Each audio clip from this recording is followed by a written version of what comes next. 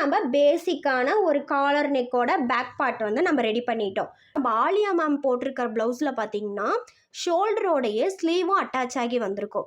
அதை தான் நம்ம இப்போ மார்க் பண்ண போகிறோம். நம்ம ஷோல்டர்லேருந்து ஷோல்டர் டவுன் பாயிண்ட் இருக்கு இல்லையா, இந்த பாயிண்டில் இருந்து நம்மளோட ஸ்லீவோட லென்த் எவ்வளோ இன்ச் வேணும் அப்படின்னு சொல்லி நம்ம பார்க்க போகிறோம்.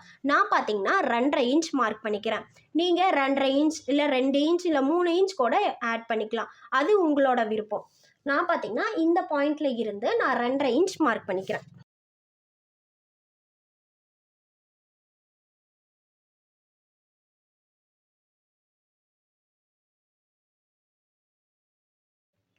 மார்க் பண்ணிட்டு லைன் டிராப் பண்ணிடலாம்.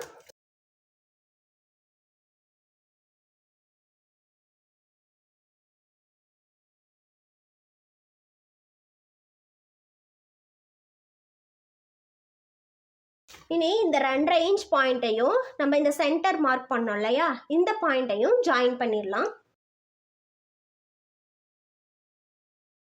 ஜாயின் பண்ணிட்டு இந்த பாயிண்ட்ல இருந்து 1/4 இன்ச் கீழே மார்க் பண்ணிக்கலாம். 1/4 இன்ச் எதுக்காக மார்க் பண்றோன்னு பார்த்தீங்கன்னா, ஸ்லீவோட ஷேப் வரதுக்காக தான் நம்ம இந்த 1/4 இன்ச் வந்து நம்ம மார்க் பண்றோம். இந்த 1/4 இன்ச் எல்லா சைஸுக்குமே ஃபிக்ஸ்டு.